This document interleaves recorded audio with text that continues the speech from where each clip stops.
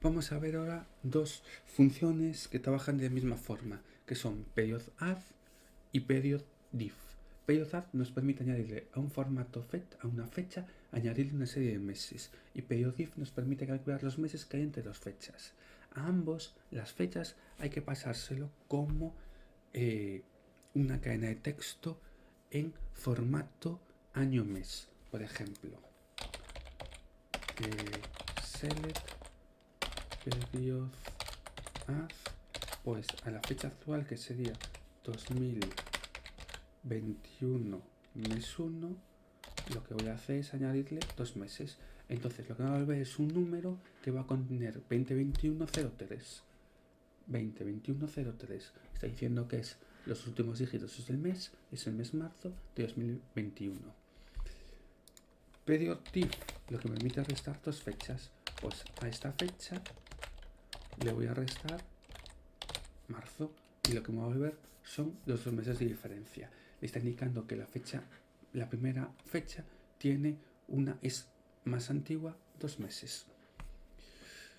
Datediff y timediff nos permite datediff mostrar el número de días entre dos fechas y timediff nos permite mostrar las horas, minutos y segundos y microsegundos que hay entre dos horas. Por ejemplo, datediff, perdón, sin las comillas, datediff enter now, y lo que voy a hacer es dateadd now, le voy a sumar 2 meses, interval, le voy a sumar 2 años, más 2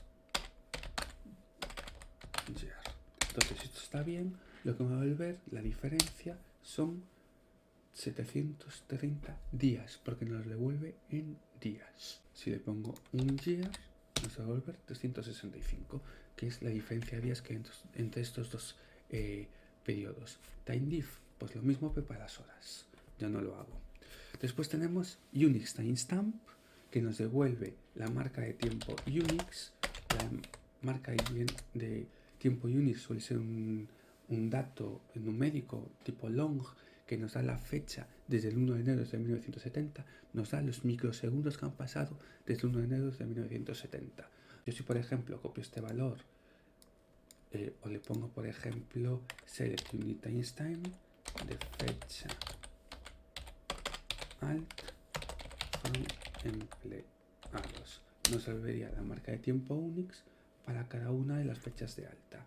Yo, cogiendo esta fecha de alta, por ejemplo este valor, podía hacer la función contraria, que es from Unix time. Con este from Unix time le paso la fecha y nos devolvería la fecha asociada. From Unix time, con este cadena de formato y uno que creo que me he pasado, que no lo veo, podría utilizar estas cadenas de formato para devolver el valor de la fecha en el formato que yo quiero. Viendo el tema de las cadenas de formato, me he dado cuenta que me he saltado dos funciones. Una es dateFormat y otra es timeFormat. Una nos permite aplicar una serie de cadenas de formatos a una fecha y otra nos permite aplicar una cadena de formato a una hora. Es decir, elegir nosotros la cadena de formato que queramos. Por ejemplo, dateFormat. Le quiero pasar qué fecha quiero formatear ahora. Yo ahora le paso la cadena de formato.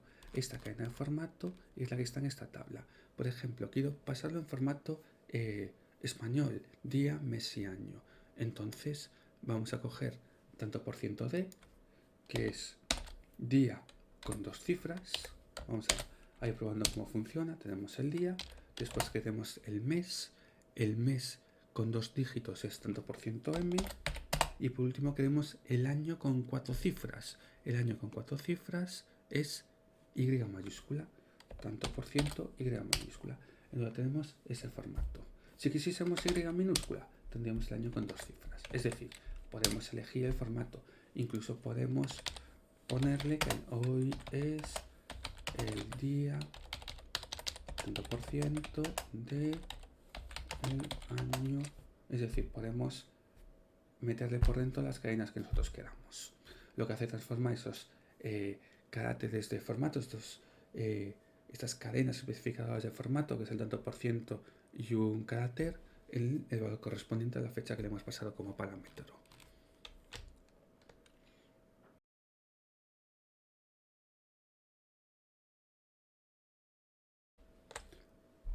Vamos a ver ahora las funciones de información. Estas funciones nos pueden proporcionar información útil para conocer distintos aspectos del servidor. Vamos a empezar con la función benchmark. Esta función que admite dos parámetros, una cantidad de veces que voy a repetir una expresión y la expresión que quiero calcular. Lo interesante de esta función no es el resultado, que siempre va a producir un 0, sino el tiempo que tardan en producir ese resultado. Puede ser útil para calcular ciertos aspectos de la consulta. Por ejemplo, voy a hacer un select benchmark, voy a poner que esto va a ser muy poquito, 10 millones, pues date at the now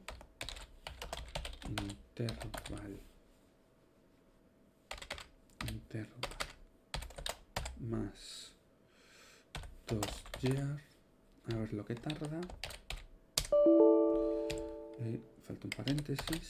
Esto, lo interesante no es el resultado, sino el tiempo que ha tardado en ejecutarse. Voy a hacer la misma consulta, pero aumentándole 262 de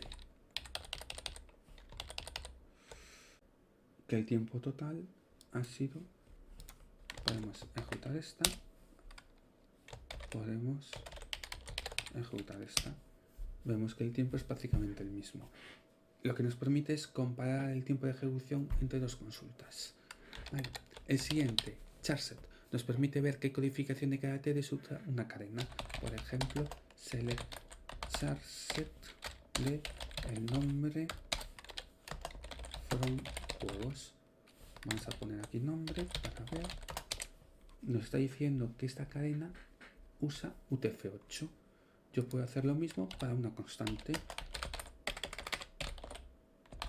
Charset. Hola. Nos está diciendo que la codificación por defecto es esta variante de UTF. O incluso charset plataforma. Vale, tenemos de nuevo UTF-8.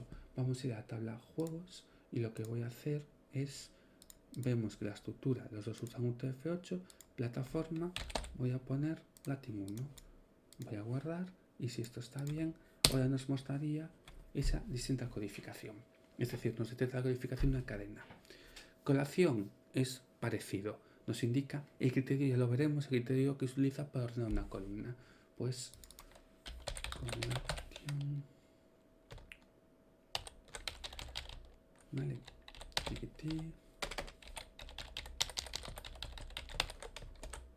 Vamos a ver los criterios por defecto, ¿vale? Esta es UTF-8, nos indica sobre todo para ordenación, para tener en cuenta las señas y las vocales acentuadas, la que utiliza, y Latin 1. User es el usuario con el que ponemos en el cliente cuando nos queremos conectar, y current user es el usuario real con el cual nos validemos y del cual tomaremos los privilegios. Ya veremos la diferencia cuando veamos la parte de usuarios.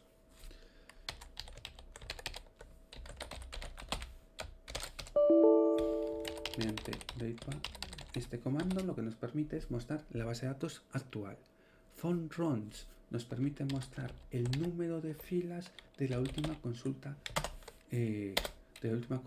select, en este caso 1. O si hago select a Cisco from jugadores, que tiene 10 columnas, la última columna ha producido 10 filas.